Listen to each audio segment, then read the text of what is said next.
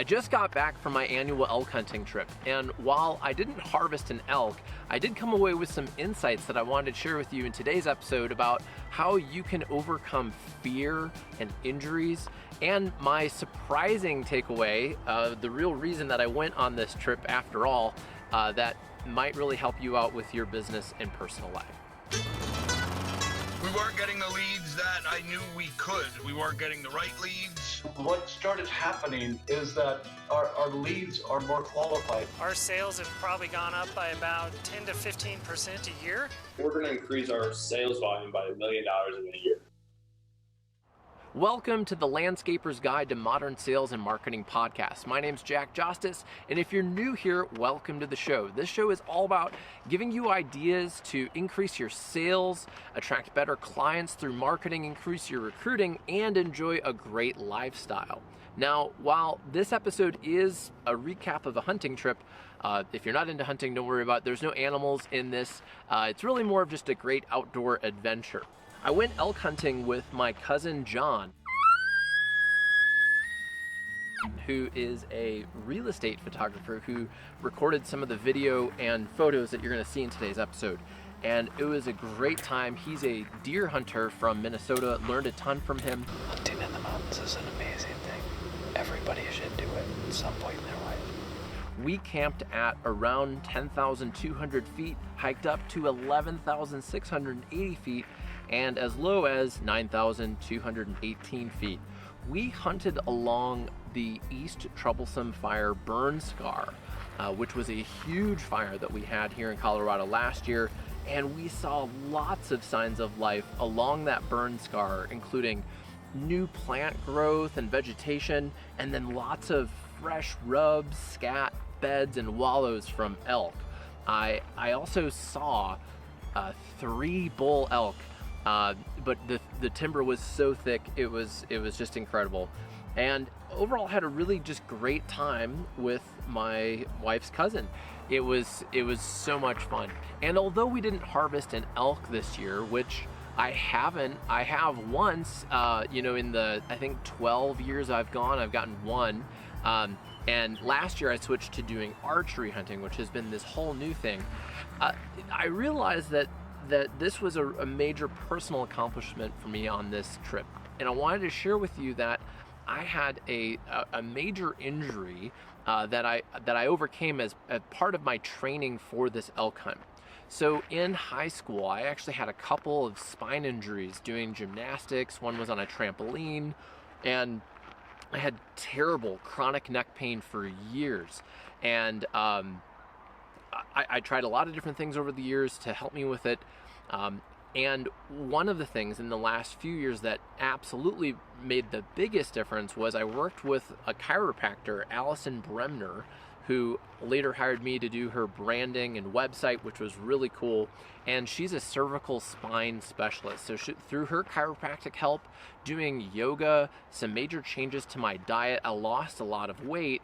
And that work with the chiropractor got me to a point where I could really start lifting weights and rucking, which is essentially hiking with weight. And that was really the thing that felt great on this trip, was not being in terrible pain. As part of my training, I hike with weight, sometimes over 50 pounds. And 3 or 4 years ago, I had so many problems with my pain that I'd have these horrible headaches that I'd have to leave work, or I couldn't help my family pack up on a trip one time. It was really debilitating. And so I wanted to just share that with you, that combining, one, getting help from somebody like a chiropractor, making some changes in my diet, and then really focusing on leg strength was the thing that really helped me get to this point. It just felt great to be in the woods hiking, taking pictures, and being able to carry the weight of my pack was just a major thing. But tying it to an adventure around my annual elk hunt was the thing that really inspires me to lift weights and exercise about 5 days a week now, is to get ready for that adventure. So you don't need to start hunting or rucking or whatever, but I just want to share this story with you about picking something that really inspires you as a long-term goal, and then breaking it down into what are you going to do every week. And I know some of you watching this, I have clients, I have staff who have had injuries or neck pain or things like that, and it's awful. And maybe this story will inspire you to find something that can help you with that. Right now I'm out on a hike and I'm wearing this hat from Business Builder Camp, which is a business coaching program led by Wayne Herring. And Wayne, you win the best hat of the summer award because I haven't had any black hats like this. They're really great at hiding sweat and dirt and stuff that kind of ruin all the rest of my hats during summertime. So good job. And one of the cool things that Wayne does as part of his group coaching program, Business Builder Camp, is he has other coaches. And this year he brought in a strength coach, Pete Koch. Pete is a retired NFL defensive lineman and professional actor. He's been in movies with Clint Eastwood, and you've got to follow him on LinkedIn because he does this short video series, Getting Stronger 30 Seconds at a Time, where he shares exercises throughout the week. One of the things that I learned from Pete was, one, some really great tips about nutrition, but more of a mindset thing of challenging me to get stronger. I had shared with him I was rucking once a week, and he's like, well, why don't you do 2? I hadn't thought of going twice a week. And he's like, what if you had a heavy day and a light day? And he challenged the group one day saying, well, are you getting stronger or not? And at Ramblin' Jackson, one of our core values is grow or die. And something I wanted to share with you from my trip was this idea of capacity that I learned from Pete. Pete was talking about how when you're exercising and you're lifting and you're growing, you're building capacity to do more, and you always need to be building your capacity. And that's really what Grow or Die is all about, is doing things that challenge you, that are hard, that expand your capacity. Now, this could be your emotional capacity, and maybe you're the leader of a company and you've got to continually expand your emotional capacity. If you're leading people, I had somebody leave my team, and even though it went well, it ended amicably, it's still extremely stressful, but that experience expanded my capacity to handle that sort of thing even better next time. And so that's really my question for you is, what are you doing to expand your capacity, your skills capacity, your fitness capacity? And hopefully this gave you some ideas of how you can do that. While I was on the mountain, I felt like I had expanded my capacity because I was energized at the end of the day. When I first went elk hunting, when I moved to Colorado 12 years ago, I was actually obese, and I was a cigarette smoker, and I drank, and I was terribly out of shape.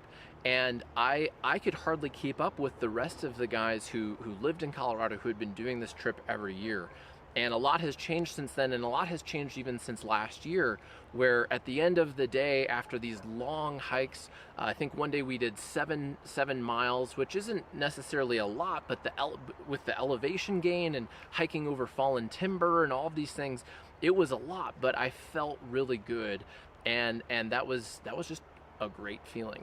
One of the things that I did on this trip that I hadn't done on previous trips was I downloaded some meditations to my phone, to the Headspace app. I recently started a daily meditation practice, and I did it while I was on this trip, and my surprising favorite thing was sleeping. I got some serious rest, and it was incredible not being online, not being on social media or reading the news or watching anything on YouTube, but just like resting and going to sleep. So I think it's really easy, especially if you run a business or you have a family or whatever. We all have things going on, to forget the importance of rest. So that was really simple, but it was great. So go to sleep. So this is my second year doing bow hunting for elk, and I still have so much to learn. I let a friend dry fire my bow the week before, so I had to have my bow line replaced, and that threw off a lot. There were a lot of little logistics and details, but one of the things that gave me some perspective was that Wayne, who is also a hunter, told me that this is going to be at least a 5-year project to do backcountry bow hunting successfully. And that was some sage advice that while I was out there, just, okay, here I am, year 2 of potentially 5 or more, and hunter success is only 10% anyway, so 1 of every 10 years, or you have a 10% chance each year you go. But it's really the adventure that makes it worth it. And in business, it reminds me, I had another coach, Al Colleen, who very early on told me that it takes 10 years to build a business. That was kind of disheartening to hear because I was in the 3rd year and really struggling. And it was also really great to know, okay, I've got a long way to go and here's where I'm at. So what are you up to in 5 years, 10 years? Do you have any big projects or goals that you're chipping away towards? And how can you build your capacity along the way? How can you get stronger? How can you continue to grow or die? Hopefully this adventure gave you some insights, things that you can use. My name's Jack Jostes, and thanks so much for watching today's video. Make sure that you like this video, subscribe, and click the bell icon. We post new videos every week designed for the landscaping industry.